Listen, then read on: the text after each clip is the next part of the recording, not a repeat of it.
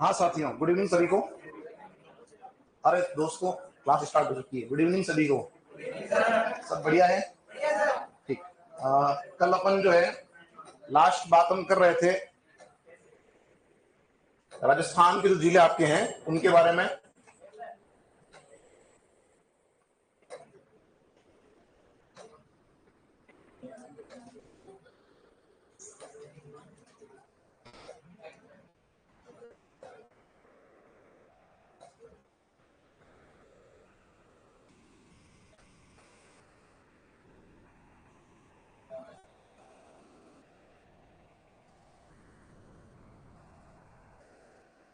महेश जी, तो colour change नहीं हुआ?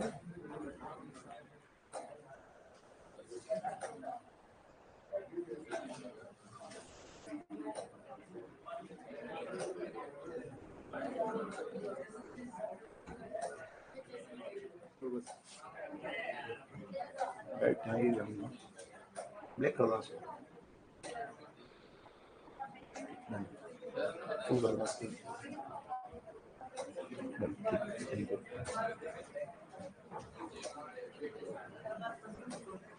हमने चैप्टर नंबर 1 जो हमारा था राजस्थान का परिचय, उसको कर दिया कंप्लीट। आप लोगों तक मैप जो है मैप पहुंच चुके हैं, उसके बारे में बात हम करेंगे आगे। चैप्टर जो आपका आ रहा है सेकंड साथियों, वो डाला हेडिंग में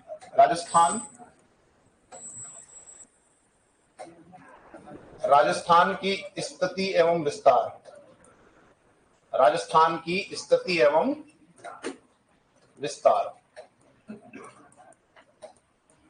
अभी तक हमने देखा था कि राजस्थान कैसे बना, कितने जिले हैं, कितने संभाग हैं, क्या नाम था उसका, कब, किस समय में। और अब हम देखेंगे कि जो राजस्थान आता है उसकी स्थिति कहाँ है, ठीक है ना। और जब आप स्थिति की बात करते हैं तो यहाँ पे देखो, पहले मैं बता दूं कि यहाँ पे एक शब्द आ रहा है विस्तार, तो जो कि आपको समझ में आ गया होगा आसानी से कि विस्तार की जब आप बात कर रहे हैं तो विस्तार का मतलब यहाँ पे आपका जो है वो क्षेत्रफल से, लंबाई और चौड़ाई से। किससे है? क्षेत्रफल से है और आपका लंबाई और चौड़ाई से है, ठीक है ना। अब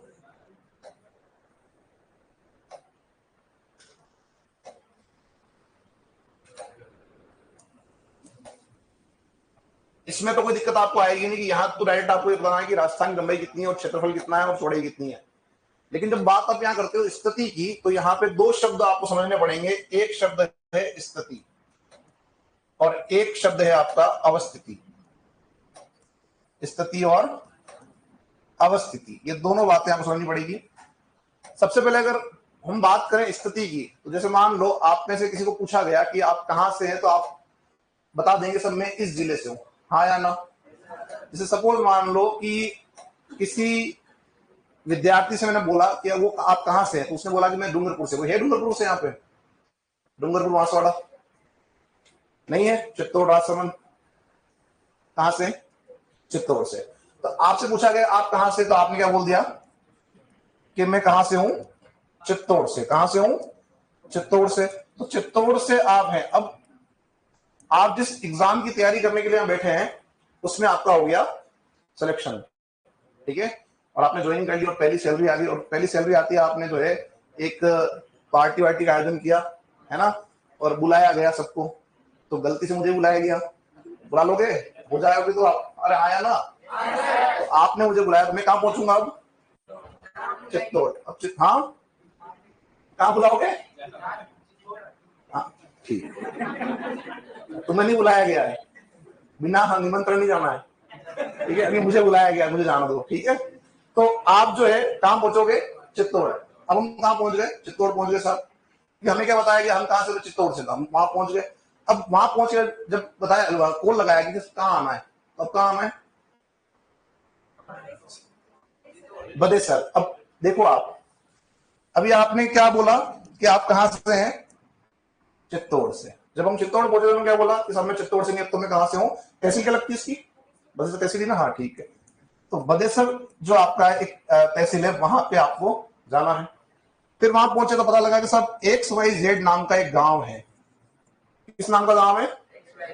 और वहां पे ABC नाम का मोहल्ला है, और उसमें 1 2 3 नंबर का एक मकान है, वहां पे आयोजन रखा गया है।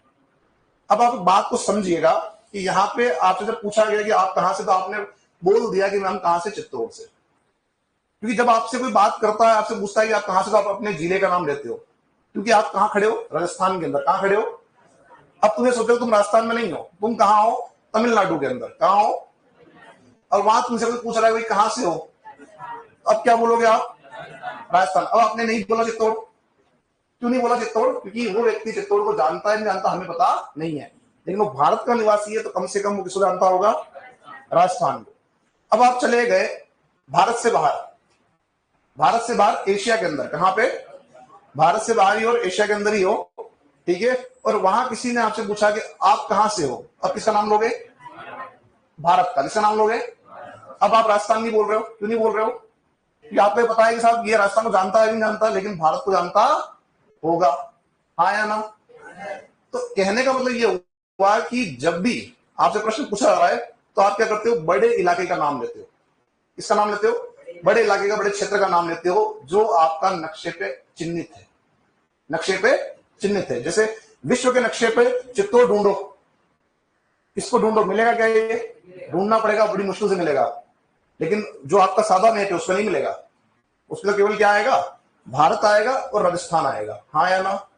तो कहने का मतलब ये होता है कि जब आपसे स्थिति के बारे में बात की जाती है, तो आप स्थिति में जो सबसे बड़ा क्षेत्र है, जो नक्शे पर, मानचित्र पर अंकित किया जा सकता है, उससे आप दिखाते हो। लेकिन जब आप बात करते हो अवस्थिति की, तो आप छोटे से बिंदु को दिखा सकते हो। आपने क्या बोल दिया? सब मकान नंबर ये है, आप यहां तक पहुंच गए। इसको बहुत सीधे शब्दों आप बहुत सीधे से शब्दों में समझिए। अवस्थिति का एक सीधा अर्थ है लोकेशन। क्या है? लोकेशन। आज की तारीख में हम लोग जो है सब यहां बैठे हुए कहीं ना कहीं ऑनलाइन शॉपिंग करते हैं। अगर आप घर से बाहर है तो ऑनलाइन खाना मंगाते हैं। वह व्यक्ति जिसको आप जानते भी नहीं है, वो बिना आपसे संपर्क किए आपका खाना टाइम पे ले आता है, आपके घर के बाहर, और आके कॉल करता है कि मैं घर के बाहर खड़ा हूं या लोकेशन के ऊपर खड़ा हूं। हाँ या ना? कैसे आया वो? क्या दिया आपने उसको? एड्रेस नहीं, क्या दिया आपने? लोकेशन दी। क्या दिया आपने? अब लोकेशन में होता क्या है? लोकेशन में क्या होता है, इस बात को समझिए। जैसे मान लीजिए कि आपको किसी ने कॉल किया आपके गांव से, आपसे पूछा कि कहां हो, आप क्या बोलोगे? उदयपुर। क्या बोलोगे? मैं उदयपुर हूं। अब वो मान लो व्यक्ति उदयपुर खड़ा है, वो उदयपुर उदयपुर आ चुका है, और अब आपसे पूछ रहा है कि आप कहां हो, क्या बोलोगे? कहां हो? कि मैं कालका माता में रोयल संस्थान के अंदर हूं। हाँ या ना? आपने एक वर्ड यूज किया। क्या यूज किया? कालका माता। कालका माता क्या है? लैंडमार्क है। क्या है? कि कोई भी ऑटो वाला जो है, या कोई भी जो साधन उसको मिलेगा, उसको अगर ये कह देगा कि सब कालका माता जाना है, तो वो उस व्यक्ति को वहां तक ले आएगा, और वहां तक वो पहुंच गया तो किसी से पूछ के यहाँ तक वो आ जाएगा। बात समझ आ रही है? तो लोकेशन क्या है? आपकी अवस्थिति को दिखा रही है कि आपके आसपास क्या है, आपके आसपास क्या है। इसी तरह से अगर हम बात करते हैं राजस्थान की अवस्थिति के बारे में बात करेंगे, तो राजस्थान के आसपास क्या है? राजस्थान के पास में कौन कौन से राज्य हैं जो से सीमा बना रहे हैं, और कौन सा देश है जो से सीमा बना रहा है, वो बात इसमें हम करेंगे अवस्थिति में। स्थिति में हम क्या बात करेंगे? वही बात आगे वापस से बड़े पैमाने की बात करेंगे, यानी ग्लोब पे कहां बैठे हो, भारत के मानचित्र पे कहां बैठे हो, ये बात किसमें आएगी आपकी? ये बात आएगी आपकी स्थिति के अंदर। तो दोनों बातें क्लियर हो चुकी है, स्थिति और अवस्थिति। स्थिति हम इस चैप्टर में पढ़ेंगे, अवस्थिति हम पढ़ेंगे जो नेक्स्ट हमारा चैप्टर आएगा राजस्थान की सीमाएं, उसके अंदर हम बात करेंगे। चलते अपन यहां से आगे। एक बात यहां बार बार आ रही है कि हम बात कर रहे हैं ग्लोब पर स्थिति। किसी बात कर रहे हैं हम साथियों? ग्लोब पर स्थिति की बात कर रहे हैं। आप सबने ग्लोब देखा है? सबने देखा है? ऐसा कोई होगा नहीं शायद जिसने नहीं देखा होगा। अरे हाँ या ना? थोड़ा सा बोला करो आप, हाँ या ना, तो कम से कम हम बोल सकते हैं। ठीक है ना? ठीक है। तो ग्लोब जो है आपका, उसकी आवश्यकता क्यों पड़ी, और ये ग्लोब है क्या? आप सबने ग्लोब देखा है, मैं पूछ रहा हूं कि ग्लोब की आवश्यकता क्यों पड़ी, और ये ग्लोब है क्या? मॉडल है किसका? पृथ्वी का मॉडल। एक आंसर यहां पे आया कि सब ग्लोब जो है वो पृथ्वी का मॉडल है। ग्लोब क्या है? पृथ्वी का मॉडल है। ग्लोब क्या है? पृथ्वी का मॉडल है, पृथ्वी का प्रतिरूप है ना? अब आपको पृथ्वी के प्रतिरूप की, पृथ्वी के मॉडल की आवश्यकता क्यों पड़ी? क्या ऐसा कारण है कि आपको पृथ्वी के मॉडल की आवश्यकता पड़ी? बताएं। क्या क्या कर सकते हैं?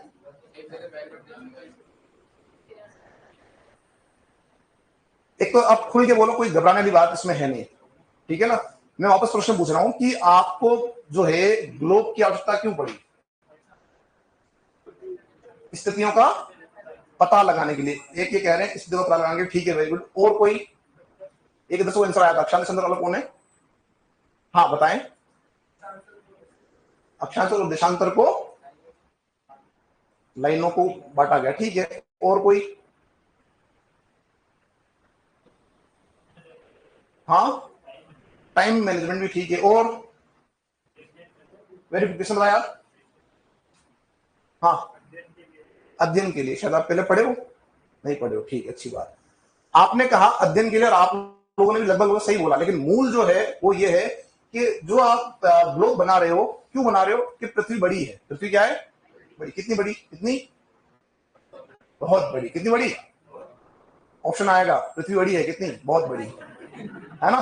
तो आप ये सोचो कि हम ज्योग्राफी की क्लास के अंदर बैठे हैं तो हम ये जो है इस तथ्य से संतुष्ट नहीं हो सकते कि साहब पृथ्वी जो है बहुत बड़ी है। हम पृथ्वी की जो है एरिया पे जाएंगे कि साहब जो पृथ्वी हमारी है उसका जो एरिया है, जो पृथ्वी का क्षेत्रफल है, वो क्षेत्रफल लगभग लगभग कितना आता है? वो है आपका लगभग 51 करोड़ वर्ग किमी। कितना है? 51 है ना, 51 करोड़ वर्ग किमी। जो एग्जैक्ट है वो तो 50.995 करोड़ किलोमीटर है, लेकिन आपको पूछा जाएगा तो वहां लगभग कितना आ जाएगा ऑप्शन में? 51 करोड़ वर्ग किमी आपका एरिया है। तब आप सोचो इतनी बड़ी पृथ्वी का अध्ययन करना है तो हमने क्या किया? उसका एक छोटा प्रतिरूप तैयार किया जिसे हम क्या बोल रहे हैं? ग्लोब। क्या बोल रहे हैं? एक प्रश्न का जवाब दो। पृथ्वी का शेप कैसा है? नारंगी समान। और कोई? अंडाकार। चलो एक नारंगी एक अंडा, वेज और नॉन वेज दोनों आ गए। चलो और कोई? और कोई? ये क्या आपसे जब पूछा जाए पृथ्वी का आकार कैसा है तो आप कह रहे हो अंडाकार है, आप कह रहे हो जो है नारंगी की जैसा है। ध्यान रखना पृथ्वी का खुद का आकार है। पृथ्वी का क्या है? खुद का एक शेप है, और उससे आप कहते हो जियोइड। क्या बोलते हो? जियोइड के नाम से जानते हो उसे? ये ध्यान रखना। हिंदी में से कहते हैं हम गोलाब। क्या बोलते हैं? गोलाब के नाम से हम इसको जानते हैं। किस नाम जानते हैं? गोलाब के नाम से। तो आप अब से मत बोलना कि अंडा है कि नारंगी है। अब कैसा है? गोलाब है। तो देखो ये छोटे से कुछ फैक्ट्स हैं जो हमारे को पता होना चाहिए। हम भूगोल की क्लास के अंदर बैठे हुए हैं। तो हमारी जो पृथ्वी है वो कैसी है?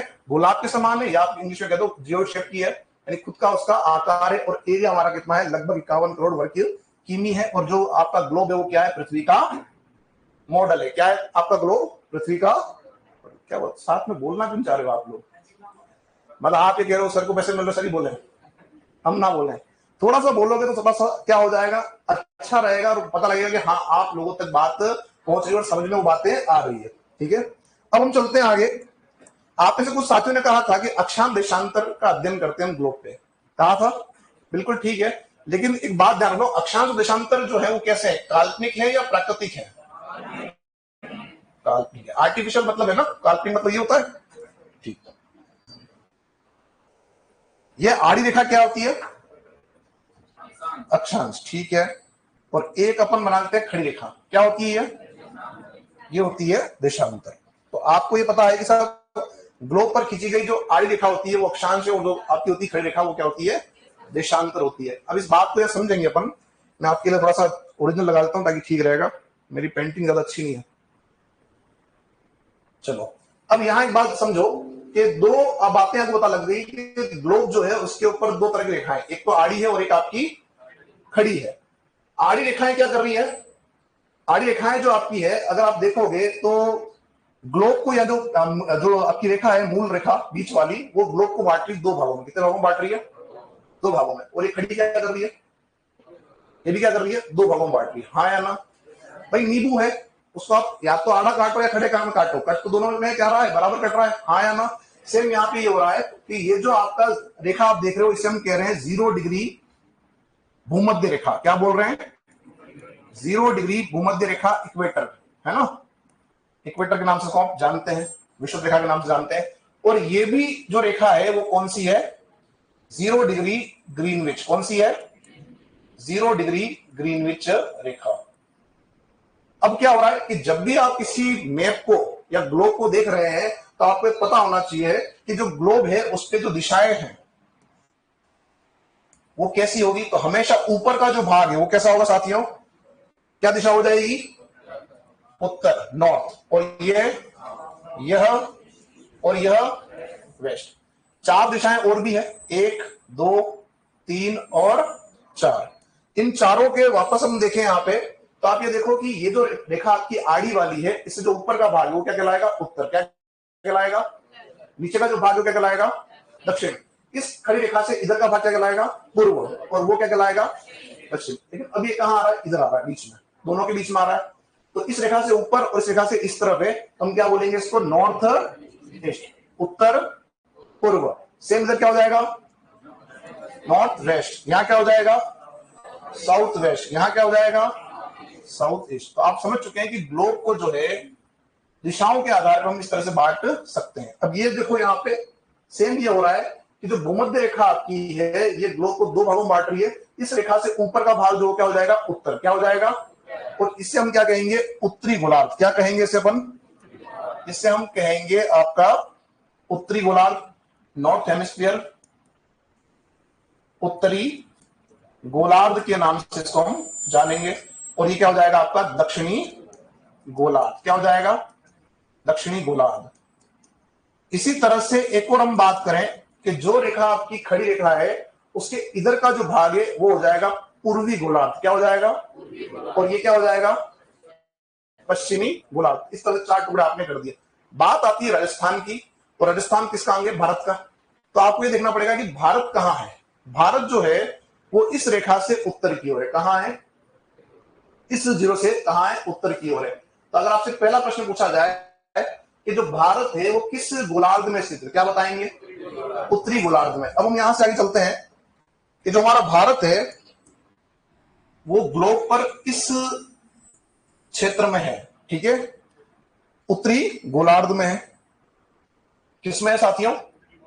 उत्तरी गोलार्ध में। अब आपसे पूछे कि राजस्थान किस गोलार्ध में, तो क्या बताएंगे? तो राजस्थान भारत का अंग से कहां जाएगा? वो उत्तरी गोलार्ध में। कहां जाएगा? उत्तरी गोलार्ध में आ जाएगा। सेकंड एक और बात आपसे पूछे कि राजस्थान ग्लोब पर किस दिशा में है? ग्लोब पर किस दिशा में? ये दिशा कौन सी रहेगी? उत्तर पूर्व। कौन सी दिशा रहेगी? उत्तर पूर्व। एक और बात यहां कर लेते हैं। आपने बचपन के अंदर शायद मैप बनाए होंगे या देखे हैं अपन ने सबने स्कूल लाइफ टाइम में। तो एक रेखा कर्क से ऊपर जा रही है, सॉरी आपका भूमध्य रेखा से, और एक रेखा आपकी जा रही है भूमध्य रेखा से दक्षिण की ओर। हाँ या ना? तो यहां पे आप देखोगे जो रेखा आपकी भूमध्य रेखा से ऊपर है उससे हम कहते हैं कर्क रेखा। क्या कहते हैं? कर्क रेखा। और जो दक्षिण में उसे क्या बोलते हैं? मकर रेखा। मकर रेखा। आपने शायद ये भी पढ़ा होगा कि इससे तो हम कहते हैं 23.5 डिग्री नॉर्थ। क्या बोलते हैं? और इससे हम कहते हैं 23.5 डिग्री साउथ। क्या बोलते हैं? साउथ बोलते हैं। क्यों बोलते हैं उसकी बात हम आगे करने वाले। ये आपको समझ में आया कि नहीं? ग्लोब पर कहां बैठे हो आप? उत्तरी गोलार्ध में। दिशा कौन सी आपकी है? दिशा कौन सी है? उत्तर पूर्व है। आपसे सीधा प्रश्न पूछ सकता है कि ग्रीनिच रेखा से कहां बैठे हो आप? पूर्व की ओर। कहां बैठे हो? पूर्व की ओर। अब हम चलते हैं यहां पे एक और बात जोड़ते हैं। भारत के मानचित्र पे आप कहां बैठे हो? तो यहां थोड़ा देखो साथियों कि जो भारत का जो मानचित्र हमारा है, अगर हम उसकी बात करें तो यहां पे आप की जो कंडीशन है, जो स्थिति बन रही है आपकी, वो कहां बन रही है? वो बन रही है इस दिशा में। ये दिशा कौन सी हो रही है? North west. तो दो प्रश्न तैयार हैं। पहला प्रश्न कि ग्लोब पर कहां है? तो नॉर्थ ईस्ट में। और अगर पूछे भारत में आप कहां हैं, तो आप बैठे हैं नॉर्थ वेस्ट के अंदर। कोई आपत्ति किसी की? चलो यहां से अपन आगे बढ़ते हैं। एक बात और यहां पे ऐड करते हुए चलते हैं, फिर अपन अक्षांश देशांतर की बात भी यहां पे कर लेंगे। अब यहां पे थोड़ी सी और बात आपसे कर लेते हैं। कुछ आप लोगों ने पढ़ा हुआ है उसको भी अपन देख लेते हैं। अक्षांश कितने हैं? अक्षांश के बारे में आप में से कुछ लोगों ने पढ़ा होगा। लेटीट्यूड बोलते हैं जिसको इंग्लिश में, है ना? कितने हैं? 181। किसने बताया? 181। और कोई? इन्होंने बताया 181। आप सहमत है 181 से? जो सहमत है इनसे वो थोड़ा सा अपना हाथ ऐसे कर लें। चलो एक दो है, ठीक, वेरी गुड। और देशांतर कितने हैं? लॉन्गिट्यूड 360। किसने बताया? इनके आंसर से सहमत है आप? इन्होंने कहा देशांतर 360 है। ठीक, चलो बात कर लेते हैं। आप लोगों ने ये बता तो दिया कि सब अक्षांश इतने और देशांतर इतने। बात तो थोड़ा समझना है यहाँ पे, बिल्कुल सही बता रहे हो आप। पहली बात तो ये कि आपने कहा कि अक्षांश और देशांतर आपके कितने हैं, सॉरी कैसे हैं, काल्पनिक है। कैसे हैं? काल्पनिक है, आर्टिफिशियली। वो आपके पृथ्वी पर कहीं नहीं मिलेंगे। आप जाओ पृथ्वी पर ढूंढने लग जाओ कि कहीं पर क्या भूमध्य खींची हुई है, नहीं मिलेगी। कर्व खींची हुई नहीं मिलेगी। और ज्यादा दूर जाना नहीं, कर्व तो अपने राजस्थान से जा रही है ना। लेकिन कहीं भी इसको बनाया नहीं गया। ये केवल और केवल मैप के ऊपर है और आपका ग्लोब के ऊपर है। तो बात ही ध्यान रखना कि जो आप कह रहे हो कि सब 181 आपके क्या है, अक्षांश है। कितने अक्षांश हैं?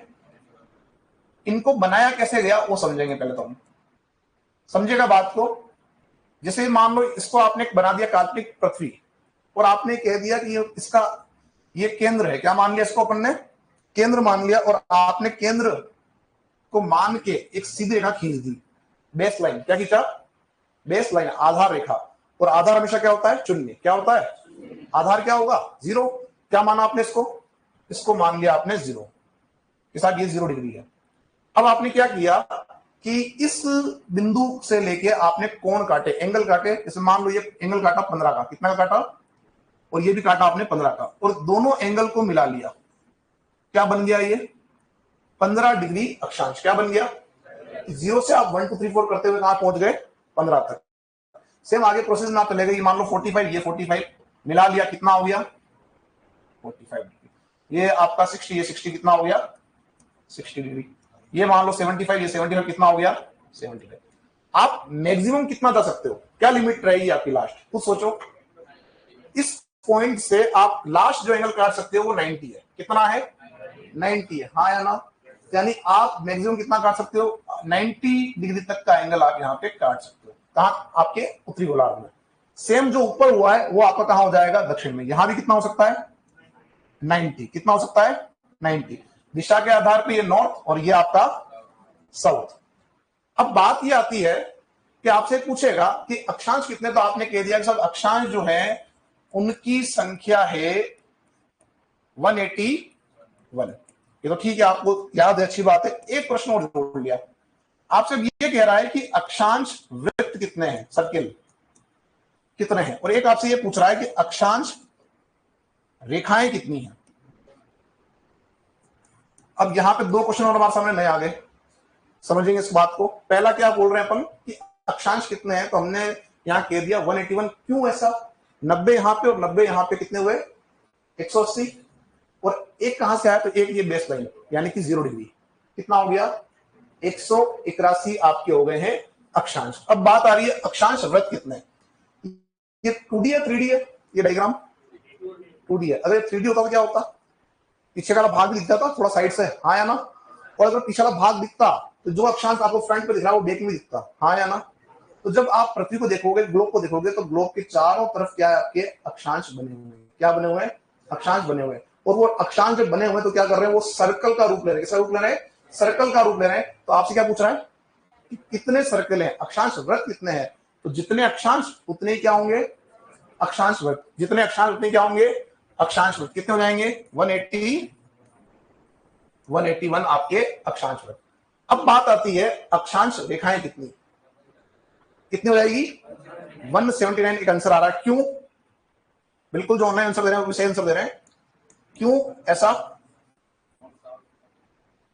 तो अभी तक आप देख रहे थे कि आप इस बिंदु से एंगल काट रहे थे और जो एंगल आपके आमने सामने मिल रहे हैं उनको मिला मिला के आपने क्या किया? आपने रेखाएं बनाना शुरू कर दिया, हाँ या ना? लेकिन जब आप बात करते हो किसकी? 90 पे, तो 90 पे जब आप गए, 90 पे जब आप गए, तो केवल कितना लगा बिंदु? एक बिंदु। कितना लगा? एक बिंदु लगा। और यहां पे रेखा का निर्माण नहीं हुआ। रेखा का निर्माण नहीं हुआ। सेम आप जब यहां आए तो यहां भी रेखा का निर्माण नहीं हुआ। तो जब आप इसको 2D में देखेंगे, मतलब मैप पे देखेंगे, इसमें देखेंगे, मानचित्र पे देखेंगे, तब आपको यहां पे क्या दिखाई देगा? एक तरह से केवल दिखेगा बिंदु।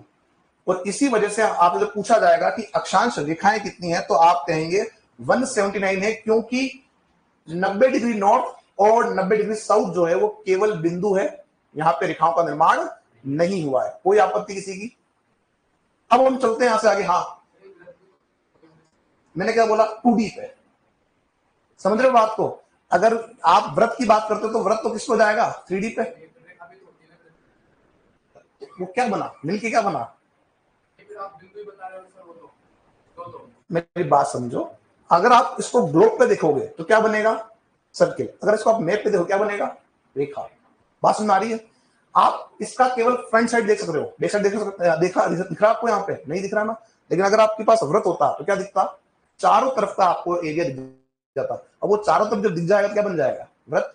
प्रश्न समझो, यहाँ पे ये जो बात आपसे कर रहा है रेखाओं की, तो इतने से वो बात आपसे कर रहा है या तो बोर्ड के ऊपर बना हुआ ग्लोब, या आपसे बात कर रहा है वो मैप की। और तब उसके ऊपर क्या बनेगा? वृत्त नहीं बनेगा, उसको क्या बनेगा? उसके ऊपर बनेगी आपकी रेखाएं, जिनकी संख्या कितनी जाएगी? 179। अब हाँ बिल्कुल बोल सकते हो, बिल्कुल बोल सकते हो। अब देखो वो अपन उसमें भी नहीं जा रहे हैं कि अभी हमारा जो सिलेबस है वो केवल राजस्थान ज्योग्राफी तक ही है, अदरवाइज इसको पूरा अपन और कर सकते हैं। क्योंकि ये जो अक्षांश देशांतर की क्लास है, अगर अपन बात करें इसके ऊपर तो कम से कम अपन 1 से 1.5 घंटा इस पर बात कर सकते हैं। कितने घंटा?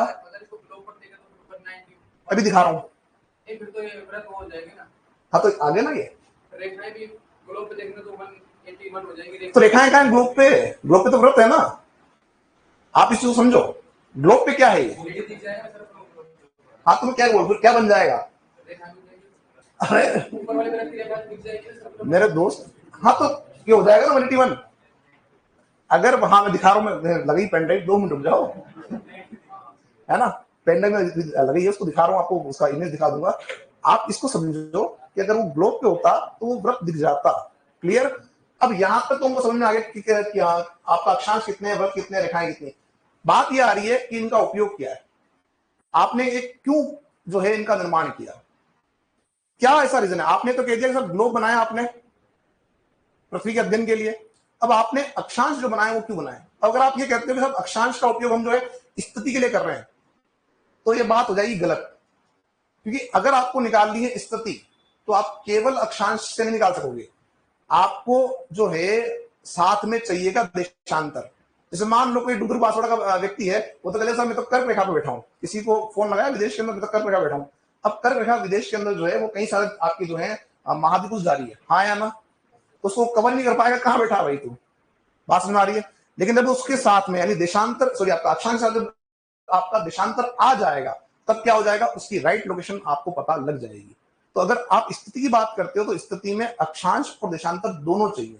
मेरा प्रश्न यह है अभी भी कि केवल अक्षांश का उपयोग क्या है। अगर आपसे पूछता है कि केवल अक्षांश का उपयोग क्या है, तो आप एक बात को समझना, आपने छोटी कक्षाओं के अंदर एक ग्लोब पढ़े होंगे, और आपने अगर आपने कृषि का किया है साथी पढ़ाई, तो वहां पे आपने देखा होगा कि आप यहाँ पे देखते हैं कि साहब ये कुछ जलवायु कटिबंध आप बांटते हैं। जैसे आप इसको कहते हैं उष्ण कटिबंध, ट्रॉपिकल क्लाइमेट, हाँ या ना। इससे आप ऊपर जाते हैं तो आप कहते हैं उपोष्ण का जो है कटिबंध, सब ट्रॉपिकल, फिर शीतोष्ण, फिर आप कहते हैं शीत, और फिर आप कहते हैं ध्रुवीय, पोलर, हाँ या ना। तो जो आपके अक्षांश है, ये अक्षांश जलवायु कटिबंधों का निर्धारण करते हैं। किसका करते साथियों निर्धारण? आपका जलवायु जो कटिबंध आपके हैं उसका निर्धारण करने का जो काम है वो कौन करता है? आप जब पढ़ोगे कोपेन का वर्गीकरण, क्या पढ़ोगे? कोपेन का वर्गीकरण जब आप पढ़ोगे तब आप जो है देखोगे कि किस तरह से आपके जो है अक्षांशों का उपयोग किया जाता है। जैसे फॉर एग्जांपल मैं आपको बताता हूं कि 0 डिग्री से लेके जो कर्क रेखा आपकी है वहां पर कौन सी क्लाइमेट है? उष्ण। 23.5, उसके बाद 35 पे कौन सी है? फिर आपका 45 तक कौन सी है? शीतोष्ण। 66.5 तक कौन सी है? और 90 तक कौन सी आपकी है? ध्रुवीय। तो अक्षांश का उपयोग क्या है? जलवायु कटिबंधों का निर्धारण करना। अब चलते अपन आगे, नेक्स्ट एक और बात करते हैं, देशांतर। क्या बात करते हैं? देशांतर। आपने कहा कि देशांतर कितने हैं? 360। कितने हैं? एक गोले का मान कितना होता है? 360। कितना होता है? इसी वजह से क्या हो जाएगा आपका देशांतर भी कितने होंगे? 360। अब आप इस बात को समझिए कि आपने एक मैप लिया विश्व का, मैं सारी बातें भी आपको दिखाने वाला हूं, मैप पे चिंता मत करना। ये आपने एक विश्व का क्या ले लिया? मैप ले लिया। आपसे पूछा जा रहा है कि देशांतर कितने, तो आपने कह दिया कि सब 360 है। कितने हैं? पर एक प्रश्न और आपके सामने तभी आ जाएगा कि बताइए सबसे बड़ा देशांतर कौन सा है? सबसे बड़ा देशांतर कौन सा है? और मैं आपको उसके साथ में ऑप्शन दे देता हूं ताकि आपको ठीक रहेगा। एक 4 ऑप्शन दे देता हूं मैं आपको, इन चारों में से आप मुझे बताओ कि ऐसा कौन सा आपका साथियों देशांतर है जो ग्लोब पर दिखाई नहीं देगा, जो ग्लोब पर दिखाई नहीं देगा। ये चार ऑप्शन आपके सामने है। प्रश्न क्या है मेरा कि आपसे पूछ लिया जाए कि आपने कहा है कि 360 देशांतर होते हैं और अब आपसे ये कह रहा है कि बताइए निम्न में से कौन सा देशांतर ग्लोब पर दिखाई नहीं देगा। अभी हमारे पास में इसका आंसर शायद नहीं होगा क्योंकि हमने पढ़ा ही नहीं, तो हमारे पास इसका आंसर नहीं होगा, हाँ या ना। लेकिन अगर आपको तुक्का लगाने के लिए कह दो तो क्या आप तुक्का लगा दो और अपना आंसर जो है वो दे दो। एक वन बाय वन आते अपन, जिनको लगता है ए आंसर हो सकता है वो अपना हाथ ऐसे कर दें। कोई नहीं, ठीक। बी वाले कुछ आवाज आई थी, बी वाले थोड़े से हमारे समर्थक ज्यादा हैं, ठीक है। जो सी आंसर दे रहे हैं वो कौन है? देखो निर्दलीय होना चाहिए इसमें, ये तो तुक्का है, यहां निर्दलीय नहीं चाहिए, यहां आंसर चाहिए, है ना। सी वाला कोई है क्या? नहीं। डी वाले कुछ हैं, बाकी निर्दलीय हैं फिर भी। अब यहां एक बात समझे, मैं काम करता हूं आपके लिए, पहले इसको ओपन ही कर देता हूं ताकि कुछ चीजें आपको देख के समझ में आ जाएगी।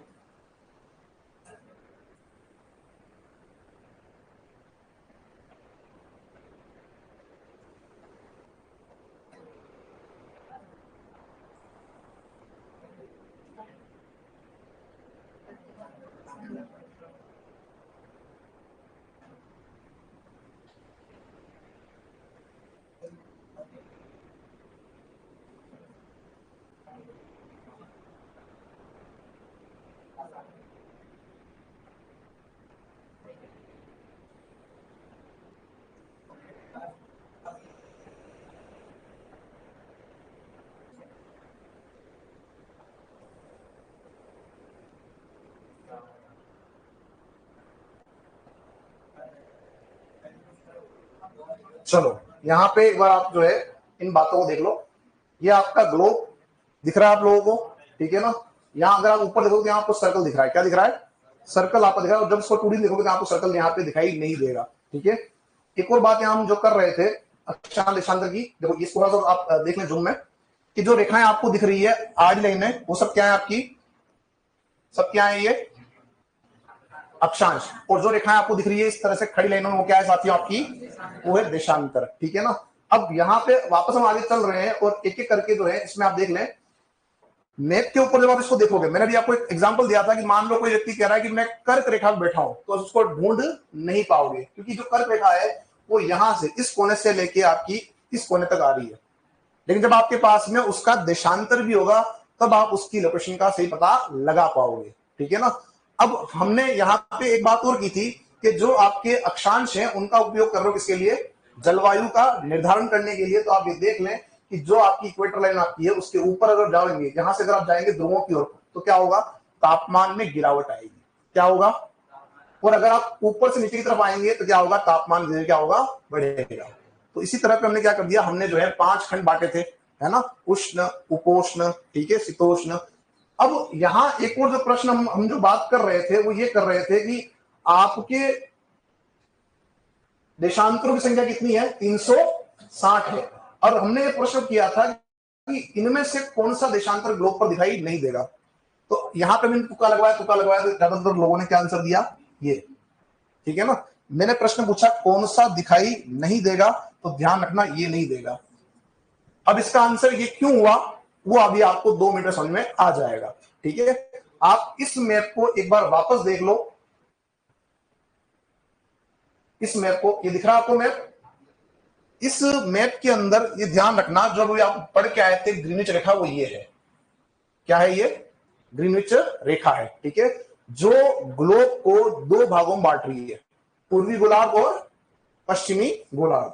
अब हम जो बात यहां करने वाले हैं कि टोटल देशांतर 360 है और आप ये कह रहे हो कि सब 200 जो 279 आपका है वो दिखाई नहीं देगा। क्यों नहीं दिखाई देगा, उसका कारण क्या है ये समझे बात को। ये 0 डिग्री ग्रीनविच, इस तरफ क्या है पूर्वी गोलार्ध क्या है, और इस तरफ क्या है पश्चिमी गोलार्ध। आपको ये बात ध्यान रखनी पड़ेगी कि ग्लोब पर दो देशांतर जो आपके हैं ऐसे हैं जिनके न तो पूर्व लगता है न लगता है पश्चिम, 0, और एक रेखा आपकी है 180, क्या है 180, 180 डिग्री। कौन सी रेखा 180 डिग्री। अब प्रश्न सुन लो आपस से साथियों, अगर आपसे पूछा जाता है कि ग्लोब पर सबसे छोटा देशांतर नंबर के आधार पर कौन सा है तो 0 डिग्री, और ग्लोब पर सबसे बड़ा देशांतर कौन सा है तो 180। ग्लोब पर इससे बड़ा देशांतर नहीं मिलेगा, ग्लोब पर इससे बड़ा देशांतर आपका नहीं मिलेगा। यहां प्रश्न क्या था आपका कि कौन सा दिखाई नहीं देगा। अब आपके दिमाग में एक प्रश्न वापस आ रहा होगा, सर अगर ऐसा है तो आप ये कह रहे हो 360 देशांतर है वो कैसे हो गए। समझते हैं आप, देखो यहां पे कि हमने कहा कि सब जो पृथ्वी आपकी है, अगर आप उसमें कहीं किसी स्थान से चलना स्टार्ट करोगे तो घूम फिर के आप कहां आ जाओगे, वापस वहीं आ जाओगे। आपने स्टार्ट किया कि 0 से और आप कहां गए पश्चिम की ओर, तो धीरे धीरे जब उस तरफ जाओगे तो क्या आएगा, देशांतर आपके बढ़ते जाएंगे 1 2 3 4 5 6, इस तरह से बढ़ते बढ़ते पूरा चक्कर लगा के कहां आ जाओगे यहां तक। और जो लास्ट देशांतर आपका आएगा वो क्या आएगा 179 डिग्री। कौन सा आएगा, आप यहां से स्टार्ट करो चलना 1 2 3 4 करते हुए कहां तक पहुंच जाओगे 179 डिग्री तक। कहां पहुंचोगे 179 डिग्री तक पहुंचोगे। अब आप यहां देखो बात को समझो कि जब आपने चलना इस तरफ स्टार्ट किया तो जो देशांतर आपके हैं वो देशांतर कहलाएंगे पूर्वी देशांतर। क्या कहलाएंगे, और उन सब के पीछे संकेतक लेगा आपका ई ईस्ट। और जब आप इधर जा रहे हो तो क्या कहलाएंगे वो पश्चिमी देशांतर, संकेतक क्या लगेगा डब्ल्यू यानी वेस्ट। अब आप देखो यहां पे कि टोटल जब आप बात करते हो कि कितने देशांतर आपके हैं तो 179 देशांतर हमारे पास ईस्ट वाले हैं और 179 जो देशांतर वो कौन से वाले हैं वेस्ट वाले। इनको टोटल करो कितना आएगा 358, कितना आएगा, और दो देशांतर आपके कॉमन 0 और 180, कितना हो जाएगा, दो ऐड करते ही कितना हो जाएगा 360। बात सुन आई, टोटल देशांतर कितने हैं 360। सबसे बड़ा जो देशांतर आपका है वो कौन सा है 180, उससे बड़ा देशांतर हमारे को ग्लोब पर नहीं मिलेगा। छोटा कौन सा है 0 डिग्री। अब जब आप भारत की बात करते हो तो भारत कहां है, इसके पूर्व की ओर है। इसी वजह से जब भारत पढ़ोगे या राजस्थान पढ़ोगे तो उसका देशांतर आप पढ़ोगे पूर्वी देशांतर। क्या पढ़ोगे, और हमने पढ़ा था कि जो राजस्थान आपका है वो उत्तरी गोलार्ध में कहां है, उत्तरी गोलार्ध में है। इसीलिए जब आप अक्षांश पढ़ोगे तो आप अक्षांश पढ़ोगे उत्तरी अक्षांश। क्या पढ़ोगे, इस बात को एक बार लास्ट अब यहां पर समझ रहे हैं, फिर अपन लिखना स्टार्ट इसके बारे में कर देंगे। देखिए एक बार वापस इसको, ये दिशाएं आपकी, ये ग्लोब, और ग्लोब पर आपका जो है हमारा जो भारत है उसकी जो स्थिति बन रही है वो कहां बन रही है, वो बन रही है आपकी उत्तरी गोलार्ध में। कहां बन रही साथियों, उत्तरी गोलार्ध में। ये रहा आपका भारत, ठीक है, और इसी भारत में हमारा राजस्थान यहां पे आ गया। नेक्स्ट यहां एक और हम बात कर लेते हैं कि जो देशांतर है उसका उपयोग क्या और उसका अक्षांश का उपयोग क्या है। एक बात और यहां लास्ट समझा देता हूं, 0 डिग्री ये रहा और ये रहा 180, ये रहा आपका 180। आप इस बात का ध्यान रखना कि ग्लोब पर सभी देशांतर सीधे हैं, खड़े रेखाएं हैं। केवल एक ही आपका देशांतर है जो टेढ़ा मेढ़ा है, जिगजैग फॉर्मेट में है, और वो है 180। वो क्यों है उसको मैं अभी आपको बताने वाला हूं जब लिखवाना स्टार्ट करूंगा। तो एक बार डालो हेडिंग में राजस्थान की स्थिति एवं विस्तार, राजस्थान की स्थिति एवं विस्तार। क्या बात कर रहे हैं, उसकी बात करेंगे। आप दक्षिणवर्ती देश हो एशिया के, और इसमें पहला बिंदु लिखेंगे साथियों आप, स्थिति विस्तार लिखने के बाद में पहला बिंदु लिखे आप यहां पे ग्लोब। इसको उतारें एक बार फटाफट से। ग्लोब क्या है, पृथ्वी का क्षेत्रफल क्या है और पृथ्वी की आकृति क्या है।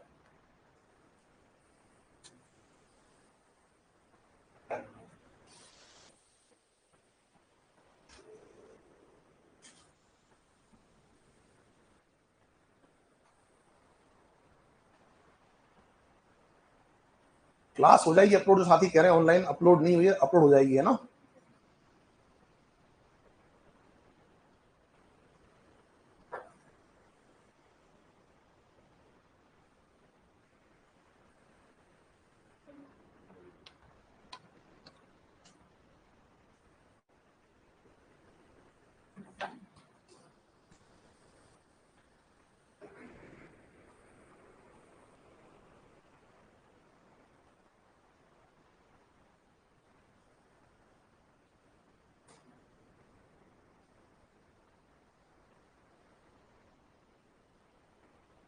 इसमें कर देना आप पृथ्वी की आकृति, है ना, पृथ्वी की आकृति, पृथ्वी की आकृति जो शेप आपका है वो कैसा है, जियोइड है।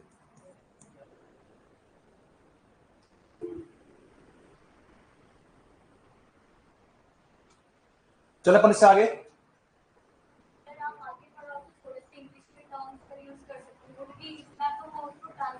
देखो टर्म्स में तो आपका जो, जैसे मैंने इसको बोला मॉडल, मॉडल तो इंग्लिश है, एरिया बोल दिया अपन ने इसको, और जैसे लॉन्गिट्यूड लेटिट्यूड आपने मैंने बोल दिया, इसके अलावा और कुछ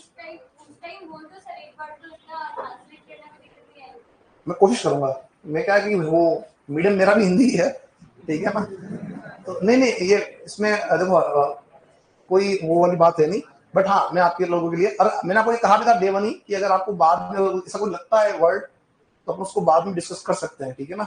अब वो उस समय मान लो मैं उसको रिकॉल ना कर पाऊं, कोई ऐसी टर्म हो सकती है, वो हिंदी में तो आती है कि रात को 2 बजे उठा के पूछ रहे हो तो वो आंसर निकल जाएगा मुंह से, लेकिन इंग्लिश में क्या होता है कि वो जीते जागते भी हम उसका आंसर हो सकता है उस समय ना दे पाए, तो कुछ अगर मुझे नहीं आता है या वो टर्म मुझे उस समय याद नहीं आ रही है तो अपन उस बात को बाद में देख सकते हैं, गूगल पे सर्च करके देख लेंगे। हाँ हाँ हाँ मैं समझ गया, अब आपका जो दर्द है वो मैं समझ पा रहा हूँ, लेकिन मेरा दर्द आप लोग समझ नहीं पाओगे क्योंकि हिंदी और इंग्लिश वालों का जो वो है वो थोड़ा सा ये रहता है, और कई बार क्या होता है पढ़ाते पढ़ाते भी ये रहता है यार सामने जो बैठे हैं इंग्लिश वाले बैठे हैं, एक ये मेंटली थोड़ा सा ये रहता है कि सब सामने कौन बैठा हुआ है, इंग्लिश वाले, हिंदी वालों को पता है कि हाँ हिंदी में तो चलो गाड़ी जा रही है कोई दिक्कत नहीं है, और जैसे ही वो इंग्लिश वाले हैं अब उनकी जैसे उनको समझ में नहीं आया तो जो उनकी जो फेस का जो है जो रिएक्शन आते हैं उसको देखकर पता लगता है कि हाँ सब कुछ ना कुछ गड़बड़ जो है वर्ड को लेके हुई है। हाँ वो चलो मिल बांट के करेंगे इस काम को अपन, और आपको भी अगर सुनो मेरी बात, आप जो बैठे हुए इंग्लिश वाले साथी, कोई ऐसी टर्म हो जो उस समय मान लो मुझे आइडिया नहीं और अगर आपको आइडिया है तो आप बता देना, मैंने डे वन ही कहा था कि हो सकता है जरूर पढ़ना मैं आपको सिखाऊं, आपसे मैं कुछ सीख सकता हूँ, क्लियर, अरे हाँ या ना, चलो भाई हम तो वो है कि जो 0 डिग्री से लेकर कर्क के बीच में जो जलवायु है उसे हम कहते हैं उष्ण कटिबंध, बोल के छोड़ दिया, आपके इधर ट्रॉपिकल, कहाँ उष्ण और कहाँ ट्रॉपिकल आप देखो, और उष्ण का मतलब होता है गर्म, क्या होता है गर्म होता है, लेकिन अब आप देखो ट्रॉपिकल आप उसको कन्वर्ट करो, तो ये थोड़ी सी चीजें हैं वो अपन देख लेंगे। चलो आगे लिखो, नेक्स्ट अगला लिखो दोस्तों, देखो साथियों, राजस्थान ग्लोब पर, राजस्थान ग्लोब पर, राजस्थान ग्लोब पर, ग्लोब पर उत्तरी गोलार्ध में स्थित है, राजस्थान ग्लोब पर उत्तरी गोलार्ध में स्थित है, उत्तरी गोलार्ध में स्थित है, उत्तरी गोलार्ध में स्थित है, फिर लिखो नेक्स्ट, ग्लोब पर इसकी स्थिति की दिशा, ग्लोब पर इसकी स्थिति की दिशा, स्थिति की दिशा, दिशा उत्तर पूर्व है, नॉर्थ ईस्ट, दिशा मीन्स डायरेक्शन ना, स्थिति की दिशा उत्तर पूर्व है, उत्तर पूर्व है। अगला लिखो नेक्स्ट पॉइंट, लिखो अभी एक प्रश्न आपने कहा था सब एशिया में कहां बैठे, तो अपन बैठे दक्षिण में, कहां बैठे हुए हैं, रिदनस में, लिखे एशिया महाद्वीप में भारत, एशिया महाद्वीप में भारत, कॉन्टिनेंट, एशिया महाद्वीप में भारत की स्थिति दक्षिण दिशा में है, दक्षिण दिशा में है, दक्षिण दिशा में है, तो जब भारत दक्षिण में तो आपका जो रास्ता वो भी कहां जाएगा, दक्षिण में आएगा। एक लाइन और जोड़ें, लिखे नेक्स्ट, भारतीय मानचित्र पर, मैप के ऊपर ना, भारतीय मानचित्र पर, मानचित्र पर राजस्थान, भारतीय मानचित्र पर राजस्थान उत्तर पश्चिम दिशा में, नॉर्थ वेस्ट, उत्तर पश्चिम दिशा में स्थित है, भारतीय मानचित्र पर राजस्थान उत्तर पश्चिम दिशा में स्थित है, उत्तर पश्चिम दिशा में स्थित है। क्लियर है यहां तक सभी का? चलो आगे अब जो है काम करें, आप फटाफट से इन डायग्राम को बना लें। पहले तो ग्लोब वाला बनाना, ये वाला ग्लोब पर स्थिति, ग्लोब पर स्थिति।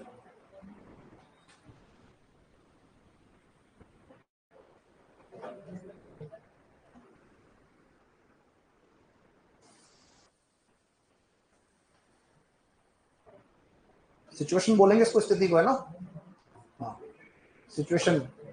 अब मेरा ध्यान जा रहा है उधर वर्ड को ट्रांसलेट करने पे। सर आप पढ़ाते वक्त भी ट्रांसलेट करो, हम पढ़ते वक्त ट्रांसलेट करें, तो मैं तो यही भूल गई थी कि देशांतर को कन्वर्ट करके 360 डिग्री। मैं समझ गया आपकी बात, वो मैं बाद में कर पाऊंगा, उस समय तो क्या होता है वो फ्लो बना हुआ होता है। तो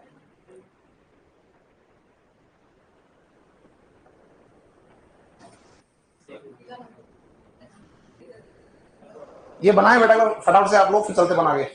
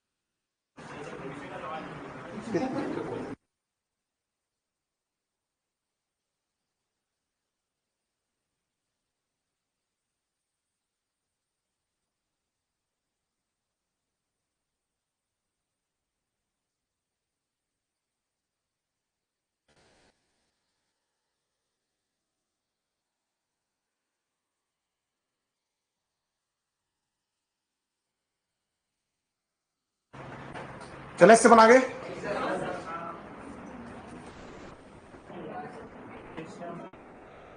एशिया जा रहे हैं अपन, वो भी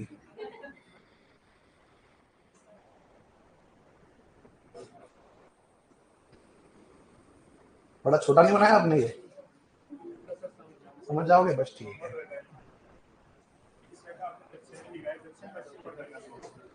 राजस्थान के लिए वो यूज करते हैं दक्षिण पश्चिम में, मैं आपको मैं दिखाऊंगा।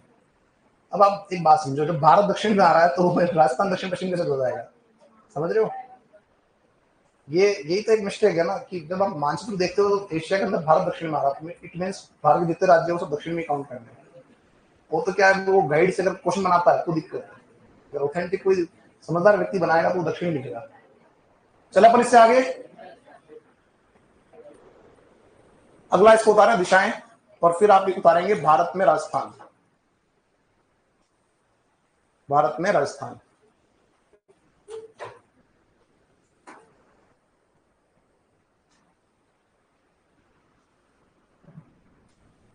भारत में राजस्थान।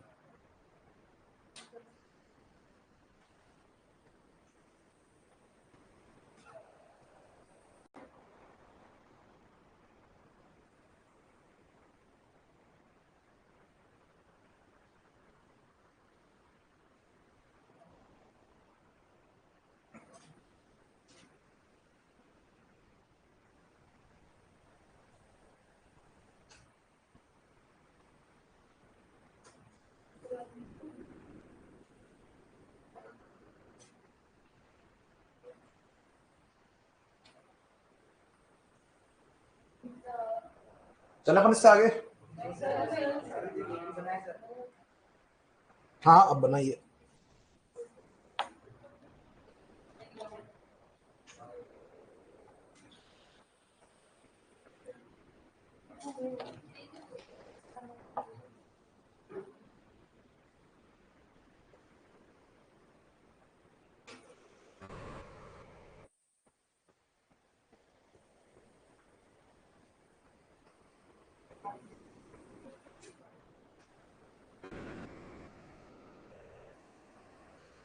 चलिए अब जो हम बात करेंगे वो हम बात करेंगे जो हम पढ़ के आए थे अक्षांश देशांतर, उनके बारे में। तो आप लिखना स्टार्ट करें साथियों। सबसे पहले अक्षांश, अक्षांश लैटिट्यूड जिसे हम बोलते हैं। अक्षांश देखिए साथियों, ये ग्लोब पर खींची गई आड़ी रेखाएं हैं।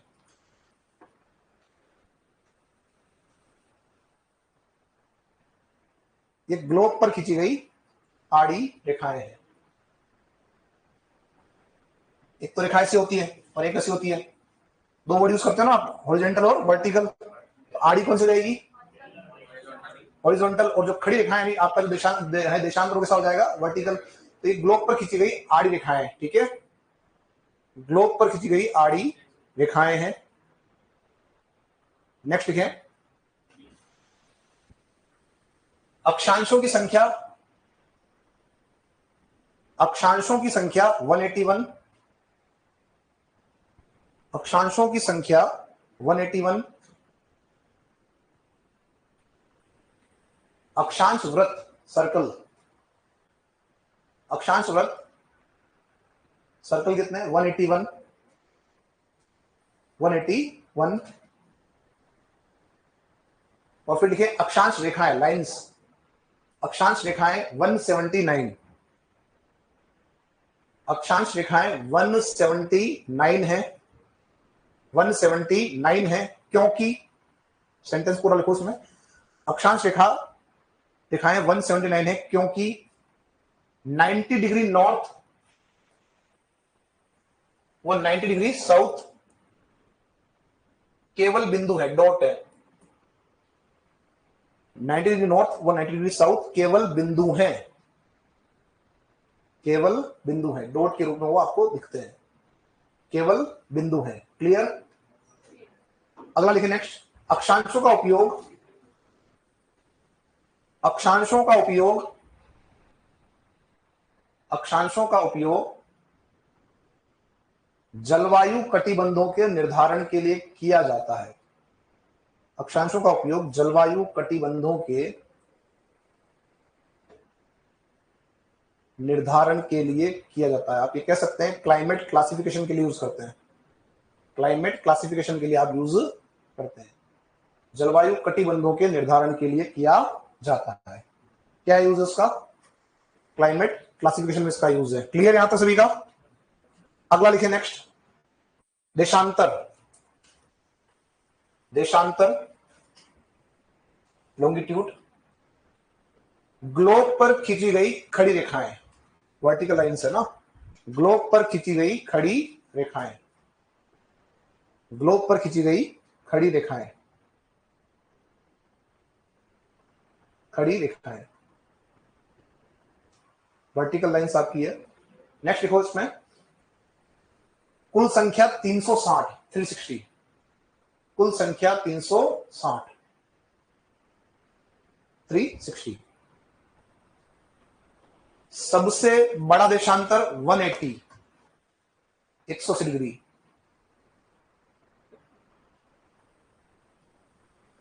180, ठीक है। वह छोटा देशांतर 0 डिग्री, छोटा देशांतर 0 डिग्री, 0 डिग्री। लिखिए नेक्स्ट, देशांतर का उपयोग, क्या यूज है इसका? देखिए, देशांतर का उपयोग समय व तिथि, टाइम एंड डेट, समय व तिथि निर्धारण के लिए किया जाता है। टाइम एंड डेट, समय व तिथि निर्धारण के लिए किया जाता है, किया जाता है, समय व तिथि निर्धारण के लिए किया जाता है, टाइम और डेट के निर्धारण के लिए आप इसका यूज कर रहे हो, ठीक है। समय व तिथि निर्धारण के लिए किया जाता है। यहां तक क्लियर सभी का? अब एक बात समझो, दो बातें हैं यहाँ पे, एक कह रहा है समय, एक कह रहा है तिथि, टाइम, और एक की बात क्या कर रहा है? डेट की बात कर रहा है। समझो बात को, यहाँ पे आप दो रेखाएं देख के आए हो जिनके अंदर हमने बात की थी कि साहब ये दोनों फिक्स है, एक तो 0 और एक आपका 180। जो 0 डिग्री आपका है इसे हम कहते हैं ग्रीनविच रेखा। क्या बोलते हैं? जब आपसे पूछा जाए कि विश्व का समय किस रेखा पर आधारित है, तो आपका है 0 डिग्री पर। किस पर आधारित है? और एक आपकी रेखा है 180, ये रेखा आपकी जो है इसे हम कहते हैं अंतरराष्ट्रीय तिथि रेखा, इंटरनेशनल डेडलाइन के नाम से इसको हम जानते हैं। किसको? 180 को। अब यहां पे बात को समझना कि जब आपसे समय की बात करेगा तो आप समय किसका यूज करेंगे? 0 डिग्री का। और जो आपसे बात करेगा डेट के बारे में, तो इसके बारे में बात करेंगे आप 180 के बारे में आप बात करेंगे। लिखो साथियों, नेक्स्ट पॉइंट, 0 डिग्री ग्रीनविच रेखा, 0 डिग्री ग्रीनविच रेखा, जीएमटी कर देना शॉर्ट में, का उपयोग समय के लिए, समय के लिए, समय के लिए, समय के लिए। नेक्स्ट लिखें, 180 डिग्री रेखा, क्या करना, 180 डिग्री देशांतर, 180 डिग्री 180 डिग्री देशांतर, इसे अंतरराष्ट्रीय तिथि रेखा, इसे अंतरराष्ट्रीय तिथि रेखा, इंटरनेशनल डेडलाइन, इंटरनेशनल डेडलाइन भी कहते हैं। अंतरराष्ट्रीय तिथि रेखा या इंटरनेशनल डेडलाइन भी कहते हैं। यह एकमात्र देशांतर है, वन एंड ओनली, यह एकमात्र देशांतर है जो टेढ़ी मेढ़ी है, जिगजैग है ना, जो टेढ़ी मेढ़ी है, टेढ़ी मेढ़ी है, क्योंकि इसका निर्माण, हाँ थोड़ा सा क्या वो बीच में एक लग गया ना, इसलिए वो, चलो कोई बात नहीं, वापस दे देंगे उसको। यह एकमात्र देशांतर है जो टेढ़ी मेढ़ी है, टेढ़ी मेढ़ी है, क्योंकि इसका निर्माण, जो इसको बनाया गया है, इसका निर्माण केवल जलीय भाग पर किया गया है, क्योंकि इसका निर्माण केवल जलीय भाग पर किया गया है। देखो दो पोर्शन होते हैं, एक तो आपका है ये ओशन वाला और एक आपका लैंड वाला जो है यहाँ पे कॉन्टिनेंट वाला। तो इसको जो बनाया गया वो कहाँ बनाया गया, केवल ओशन में। कहाँ बनाया गया, ओशन के अंदर बनाया गया। तो इसका निर्माण केवल जलीय भाग पर किया गया है तथा स्थल भाग पर इसे मुड़ा दिया गया है, तथा स्थल भाग पर इसे मुड़ा दिया गया है। जो लैंड एरिया आपका है उसमें से मुड़ा दिया गया है।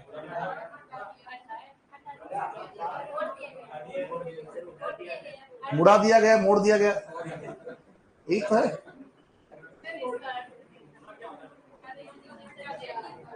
हाँ क्या बोल रहे हैं, आप बोले वापस। इसे मुड़ा दिया गया है, हटा किसने दिया, कौन हटा रहा है, मोड़ दिया गया, ये लिखो, हटा नहीं दिया है, मैंने हटा तो बोला ही नहीं ना, तो मोड़ दिया गया, मोड़ दिया, मुड़ा दिया गया, ये बोला है ना। अब एक बात सुन लो यहाँ पे, मेरी बात समझे, इसको क्यों मोड़ दिया गया है उसको समझना है। देखिए बात को समझे कि ये जो रेखा आपकी है, अगर ये रेखा जो आप इसकी जो स्थिति बनेगी, वो अगर मान लो ये ऐसे बनती, ये रेखा मान लो ऐसे अगर आ रही होती, ठीक है, और अगर ये सीधी आपकी जा रही होती, जहां जहां पे भी स्थल भाग आता, तो वहां क्या होता है, जैसे मान लो ये कोई आपका ये जो एरिया है वो है साइबेरिया, कौन सा इलाका है। अब इस साइबेरिया का जो एरिया है उसमें क्या हो रहा है कि इस वाले भाग में तो आपका तारीख अलग चल रही है, डेट अलग चल रही है, और इस वाले भाग में क्या चल रही है, तारीख अलग चल रही है। इस बात को ऐसे समझो कि मान लो आपका क्लासरूम ही है और इस क्लासरूम के बीच में से अगर ये रेखा जारी होती, तो ये जो लड़के इधर जो बैठे हुए हैं ये कल पढ़ रहे होते और आप पढ़ रहे होते आज। समझ में आ रही बात। ऐसी दिक्कतें न आए इस वजह से इसको क्या किया गया, केवल बनाया गया जलीय भाग पर, जहां भी स्थल भाग आया इसको मुड़ा दिया गया। ठीक है ना। ये अपने जब हम बात करते हैं विश्व का भूगोल तब इसकी बात डिटेल में करते हैं, लेकिन यहाँ ये बताना थोड़ा जरूरी था कि इसका यूज क्या है, इसलिए मैंने इसको लिखवाया है। क्लियर यहां तक सभी का। तो अभी अपना जो है इतना ही इसके बारे में बात करेंगे। कल अपन जो है नेक्स्ट इसको पूरा चैप्टर को पूरा करेंगे। एक मैप आपको दिया गया है, सुन लेना एक बार बात को। इस मैप को भी आप ऐसे रहने देना, कुछ नहीं करना है। वैसे भी अपन शायद कुछ करते इस पे है या नहीं है, ये संशय है। कल एक काम कहा था आपने, वो किया है क्या, कौन है, कौन सा, अरे पुराना मैप भरा आप लोगों ने, कितने से है, एक बार वो कर दें एक बार अपने हाथ से। एक सेकंड जाना नहीं, बात करना है आपसे, एक सेकंड उसको सेव करता हूं मैं, फिर बात करते हैं।